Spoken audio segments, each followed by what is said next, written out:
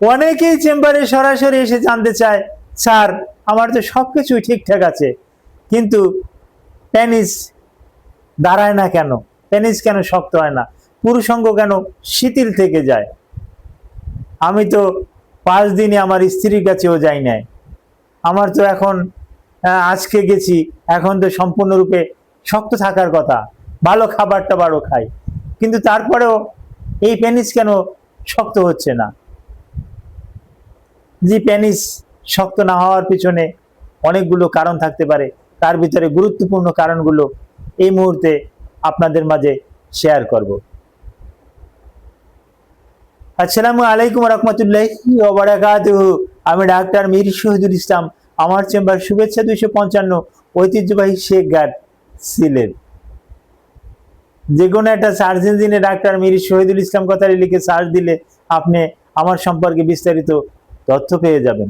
দর্শক শ্রোতা, আলোচনা করব পেনিস কেন, পুরুষাঙ্গ কেন শক্ত হয় না। এখন এটা বোঝানোর জন্য আমার কাছে একটা মিনি একটা টর্চ লাইট আছে, চার্জার টর্চ লাইট, এটা দিয়ে আমি আপনাদেরকে দেখাচ্ছি। ধরুন এটা একটা পেনিস, এটা মুন্ডির ছাল, মুন্ডির ছাল, দ্যাট মিনস এটাকে বলে গ্ল্যান্স পেনিস। এই গ্ল্যান্স পেনিসটা এর দুই পাশে দুইটা কর্পোরা থাকে, একটা আর্টারি থাকে, একটা বড় ভেন থাকে। এই আর্টারি দিয়ে রক্ত যখন প্রবাহ হবে তখন ওটা শক্ত হবে, কিন্তু সবকিছু ঠিকঠাক আছে, কিন্তু ব্লাড ফ্লো হচ্ছে না, তার মানে আর্টারি আপনার ড্যামেজ। বুঝে নিতে হবে আপনার আর্টারি ব্লক হয়ে গেছে, তো ব্লক আর্টারি দিয়ে তো ব্লাড ফ্লো হচ্ছে না, যার কারণে পেনিসও আপনার এরকমের, এটা যে শক্ত হবে খাড়া হবে এরকমের তো হচ্ছে না। হ্যাঁ, এই গ্ল্যান্স পেনিস এটাও আপনি যত সুড়সুড়ি দেন, যতই দেন, কোনো কাজ হচ্ছে না। এটা একটা সাইড দিয়ে ব্লাড ফ্লো হলো, আর একটা সাইড দিয়ে ভেইনের মাধ্যমে ব্লাডটা আবার হৃৎপিণ্ডে ফিরে গেল। কিন্তু এখানে যদি আর একটা সমস্যা হয়, এই ভেন দিয়ে যদি ব্লাডটা যদি হৃৎপিণ্ডে ফিরে যেতে না পারে, তাহলে প্রিয়াপিজম নামে একটা রোগ হয়। প্রিয়াপিজম মানে এই রক্তটা যে ফিরে যেতে পারলো না, পেনিসটা কিন্তু শক্ত থেকেই যাবে, টনটন করবে, ব্যথা করবে এবং খাড়া হয়ে থাকবে, 1 দিন 2 দিন 3 দিন এরকমের খাড়া হয়ে থাকবে।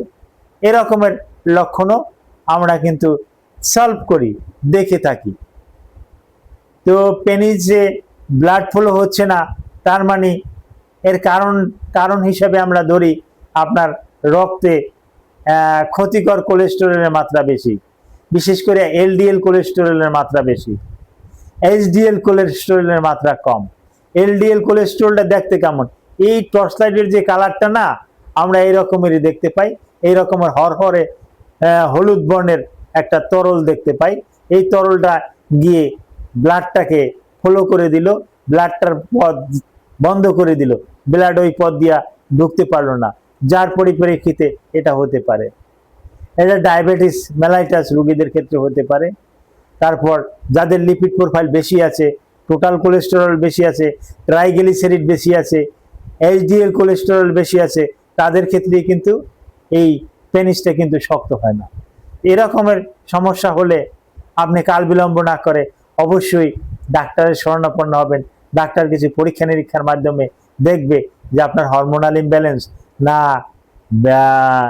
এই ব্লক হয়ে আছে, ভেইন আর্টারি এগুলো ব্লক হয়ে আছে, এগুলো আমরা দেখি, দেখে তারপর আসে ট্রিটমেন্ট দেই। ট্রিটমেন্টের পরিপ্রেক্ষিতে পেনিস আবার উত্থান হয়ে যায়। Thank you all.